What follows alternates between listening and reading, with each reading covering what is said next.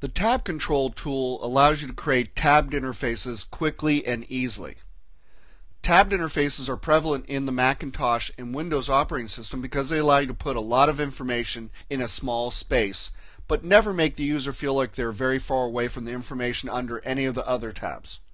For example, if we look under the FileMaker menu at Preferences, or on Windows under the Edit menu in Preferences, which will be down here, you'll see that we have a tabbed interface. You can click into another area, but always get back to the other area very easily, but you're displaying all the information. It's just changing between each of the tabs. So this makes it very easy to put a lot of information in one place, and just makes it very simple to get around and to understand what's going on. That's why they're used so much in the operating system. So we're going to create that. What we're going to do is a billing and shipping area. We don't have the shipping field, so we'll need to create that, and we'll do that in a second. So let's go into layout mode, and we're going to get rid of our interface. So we're going to take away that line just by clicking on it and hitting delete. And then we're going to get rid of our rectangle. And now it's locked, so we'll have to click on it, unlock it, and then delete. Now we can go into Manage Database. And to make it easier to create these fields, we're going to copy and paste them if you have FileMaker Advanced. If you don't, you're going to have to create these fields from scratch. And if you're using FileMaker Advanced, what we're going to do is change the creation order so it's easier to find these fields. Company, all the way through email. Right in a row, easy to find. Rather than alphabetically, they're all mixed together. So we'll copy those, and then we'll go ahead and paste them. And there they are, Company 2. But we're going to change the name here. Company_S. You may decide to name your fields S_company or S_name first. That's a choice. That's a different naming convention. I don't like it because it puts everything together in one place, and while that's a good thing in some ways, it's difficult when you're trying to use type ahead to find a field. You can't type CO to find company. You have to type S_C, and that's difficult to type in the 1 second you have to use the type ahead feature. So I prefer this, but there's advantages and disadvantages to both techniques, and you should choose what's best for you. So we'll go through and change all these, and while you're changing these, you want to make sure that you remember to update your comments.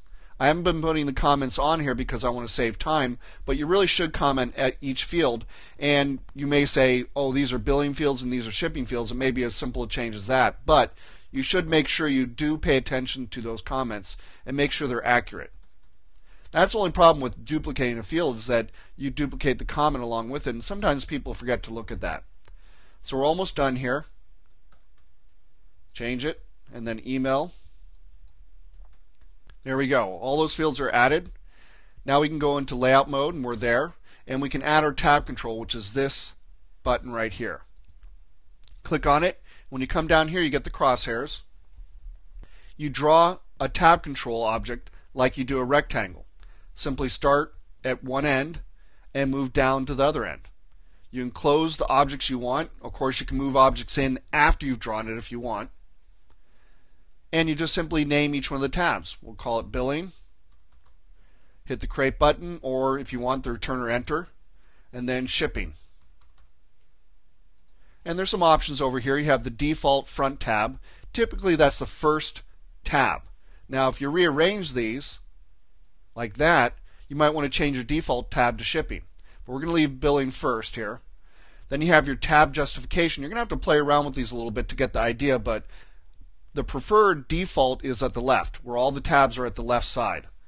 If you choose center, then they're going to be right in the center. I don't really like that too much. I don't like on the right side either. Sometimes full justify, but still I like the left justification the best. And then you have the appearance, rounded or square. I prefer the soft appearance of rounded. And then you have the tab width. The default is label width, so each tab will be a different size. You can do label width plus a little bit of margin so that there's a little bit of breathing room around the words. You can choose the width of the widest label, which I like a lot, so all the tabs are the same size. You can also choose minimum of and fixed width of. Just have to play around with these and see which one works best for you. So we'll click OK, and you see we have our tabs up there, both exactly the same size.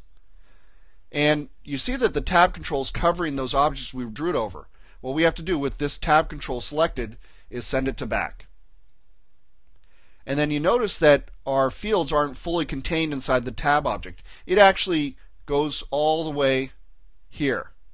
it extends. Even though it's white here and you can see the background, there's still tab control, so this would actually work. And if you go between the different tabs, you see that these ones disappear. But it just doesn't really look that good. So we'll select this and then use the arrow keys to move it down. When you get it where you want it, then you're done. You move maybe a little to the left. I'm also going to go ahead and resize this tab control object. So I'm going to resize it just like I do any object and move it to the left. There you go. So now we've got our tab control object. Now what we have to do in the next section is add our shipping fields and maybe do a little bit of work on the color scheme and things like that of the tab control object.